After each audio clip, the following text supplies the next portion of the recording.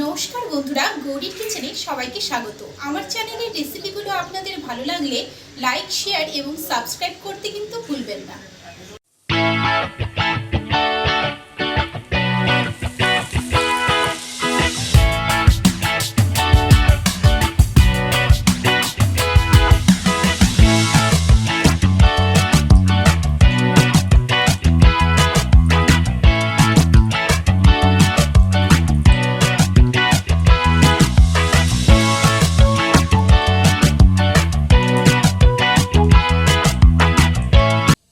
পটলের এই রেসিপিটি বানানোর জন্য আমি 300 গ্রাম পটল নিয়েছি এবং পটলের দুপাশটা কেটে পটলগুলোকে এই রকম দেখুন একটা গ্রেটারের সাহায্যে গ্রেট করে নেব। গ্রেট করা হয়ে গিয়েছে। এবারে এর মধ্যে দিয়ে দেব একটা ডিম। ডিমটা দিয়ে দিচ্ছি হাফ টি স্পুন নুন, দিয়ে দিচ্ছি হাফ টি স্পুন ধনে পাউডার,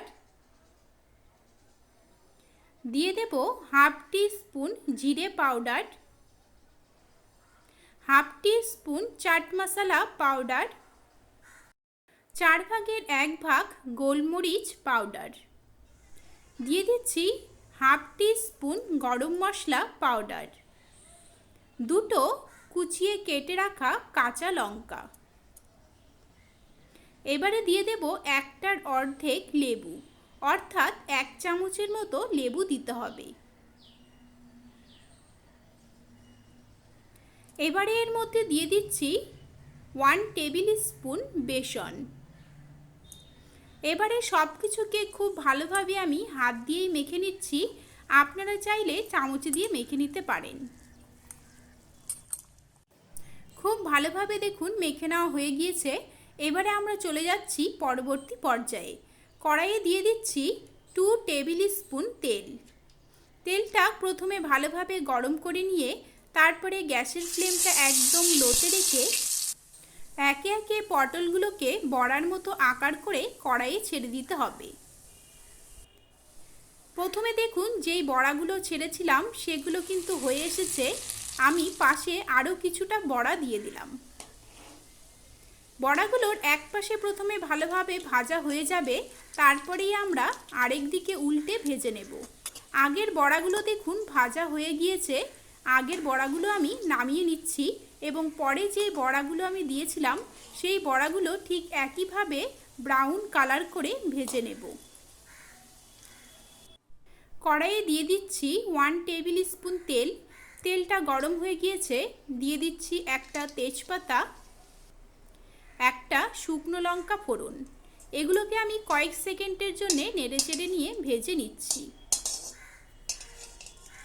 ভাজা হয়ে গিয়েছে। এবারে এর মধ্যে দিয়ে দেব হাফ টি স্পুন গোটা জিরে ফোড়ন। জিরেগুলো ফুটে উঠেছে।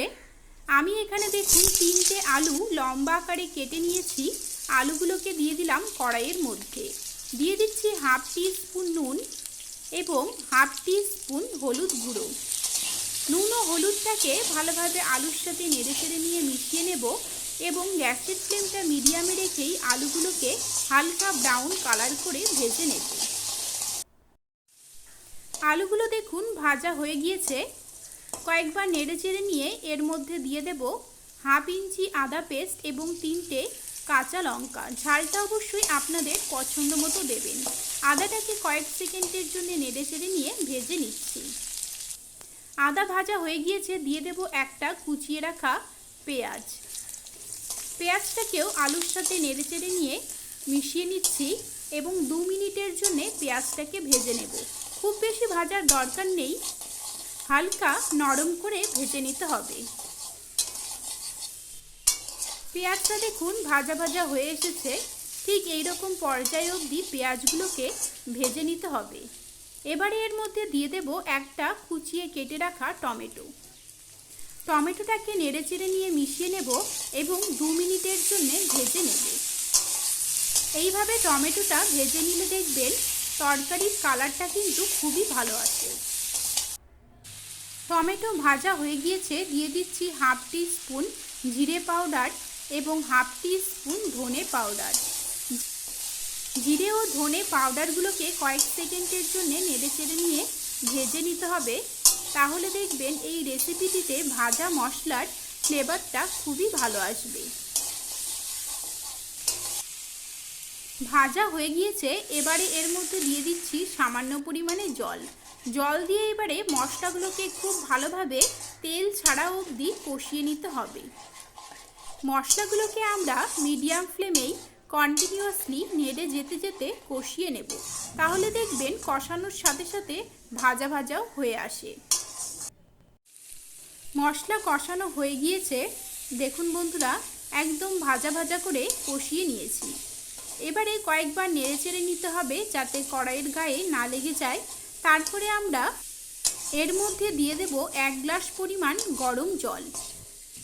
আপনারা এখানে যে পরিমাণ গ্রেভি পছন্দ করবেন সেই পরিমাণ জল দিতে পারেন। গ্রেভিটাকে এবারে নেড়ে চেড়ে নিয়ে মিশিয়ে নিচ্ছি এবং হাই ফ্লেমে ফুটিয়ে নেব। গ্রেভিটা দেখুন ফুটে উঠেছে, কয়েকবার নেড়ে চেড়ে নিচ্ছি। এই সময় আপনারা নুনটা চেক করে নিতে পারেন।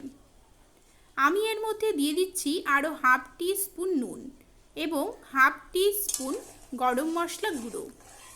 এগুলোকে ভালোভাবে নেড়ে চেড়ে নিয়ে 5 মিনিটের জন্যে ফুটিয়ে নেব। 5 মিনিট হয়ে গিয়েছে, গ্রেভিটা ফুটে গিয়েছে।